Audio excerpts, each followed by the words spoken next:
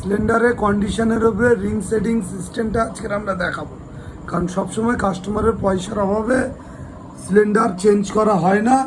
এবার নতুন রিং দিয়ে পুরনো সিলিন্ডার কিভাবে চালানো যায় সেটাকে আমরা দেখাচ্ছি।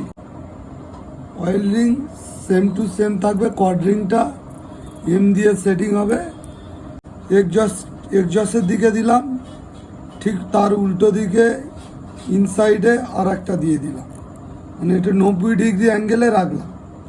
আর first ring second ring normally যেমন থাকে তেমন দিয়ে দেবো, সেটাও 90 ডিগ্রি অ্যাঙ্গেলে দেবো।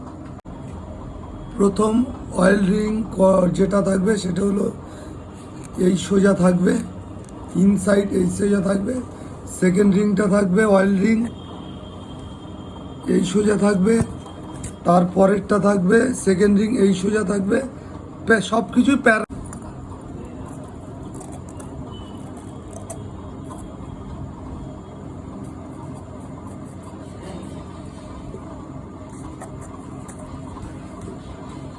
আমরা যে পিস্টনটা রিং লাগিয়েছি, ওই সিলিন্ডারটা লাগিয়েছি, রিংটা লাগিয়েছি, লাগিয়ে পিস্টনটা দিকে সেটিং করেছি।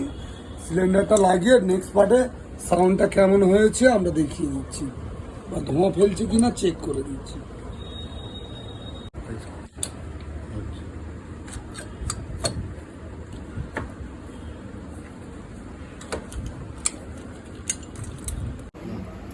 আমরা পিস্টন রিং যে গাড়িতে লাগিয়েছি, যে কনসেপ্টে লাগিয়েছি, সেই কনসেপ্টে লাগিয়ে গাড়িতে আর কোনো ধোঁয়া নেই,